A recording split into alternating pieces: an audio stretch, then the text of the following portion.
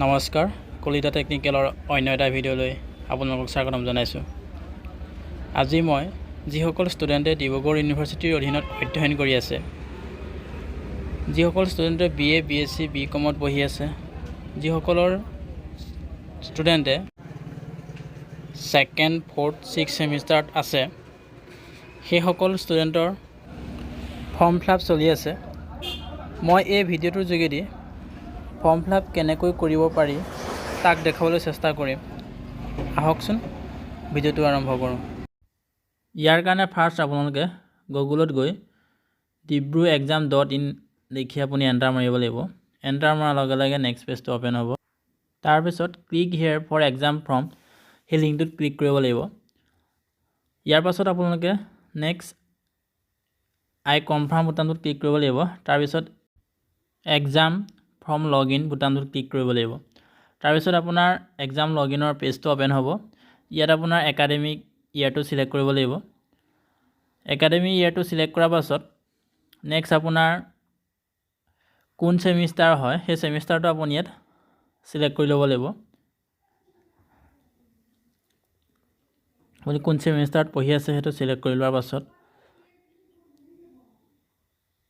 তাৰপাছত আপোনাৰ যোনটো ৰেজিষ্ট্ৰেশ্যন মোবাইল নম্বৰ আছে সেই ৰেজিষ্ট্ৰেশ্যন মোবাইল নম্বৰটো আপুনি টাইপ কৰিব লাগিব। আপুনি যোনটো ফাৰ্ষ্ট ৰেজিষ্ট্ৰেশ্যন কৰোঁতে যোনটো মোবাইল নম্বৰ দিছে সেই ৰেজিষ্ট্ৰেশ্যন নম্বৰটো লাগিব, আৰু আপোনাৰ যোনটো পাছৱৰ্ড দিছিলে ৰেজিষ্ট্ৰেশ্যন কৰোঁতে সেই পাছৱৰ্ডটো আপুনি ইয়াত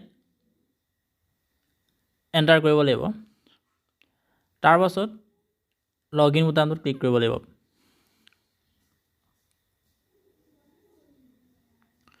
লগে লগে আপোনাৰ নেক্সট পেজটো অ'পেন হ'ব। ইয়াত আপোনাৰ ইনফৰমেশ্যনকেইটা দেখাব। তাৰপাছত এক্সাম ফৰ্ম বুটামটোত আপোনালোকে ক্লিক কৰিব লাগিব। ক্লিক কৰাৰ লগে লগে নেক্সট পেজটো আপোনাৰ অ'পেন হ'ব। ইয়াত আপোনাৰ কলেজৰ নাম থাকিব, আপোনাৰ নাম, তাৰপিছত দেউতাৰ নাম, ৰেজিষ্ট্ৰেশ্যন নম্বৰ, মোবাইল নম্বৰ, আপুনি কোন ছেমিষ্টাৰত পঢ়িছে সেইটো ডিছপ্লে হৈ থাকিব। ইয়াৰ পাছত আপোনাৰ যোনকেইটা ছাবজেক্ট আছিলে সেই ছাবজেক্ট ক'ডকেইটা আপুনি চিলেক্ট কৰি ল'ব লাগিব। আপোনাৰ অপশ্যনেল ছাবজেক্ট বি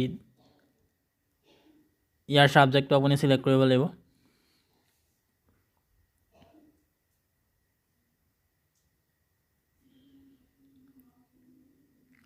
আপোনাৰ ইয়াত যোনটো মেজৰ ছাবজেক্ট আছে সেই মেজৰ ছাবজেক্টটো আপোনাৰ অট'মেটিক ফিল হৈ থাকিব।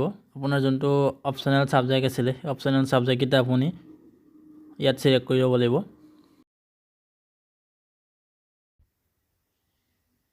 ইয়াৰ পাছত আপোনাৰ যোনটো ইলেক্টিভ ছাবজেক্ট আছে সেই ছাবজেক্টটো আপুনি ইয়াত চিলেক্ট কৰি ল'ব লাগিব। আপুনি যোনটো ছাবজেক্ট লৈছিলে সেই ছাবজেক্টটো আপুনি ইয়াৰ পৰা চিলেক্ট কৰি লওক।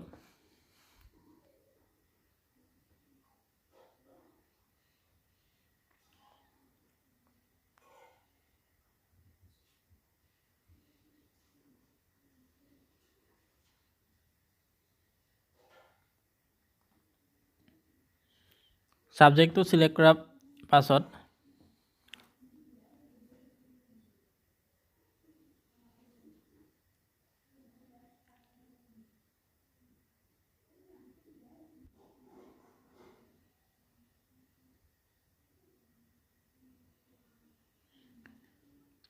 ছেভ ডিক্লেৰেশ্যন বুটামটোত ক্লিক কৰিব লাগিব।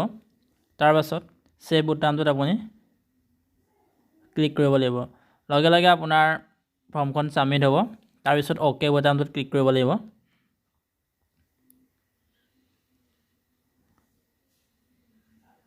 তাৰপিছত আপোনাৰ ফৰ্মখন ডাউনলোড হ'ব। এই ফৰ্মখন আপুনি প্ৰিণ্ট আউট কৰি ল'ব লাগিব। তাৰপিছত আপুনি ফৰ্মখন চাইন কৰি পেলাই আপুনি কলেজত জমা দিব লাগিব। এনেকৈ আপুনি নিজৰ মোবাইল অথবা লেপটপত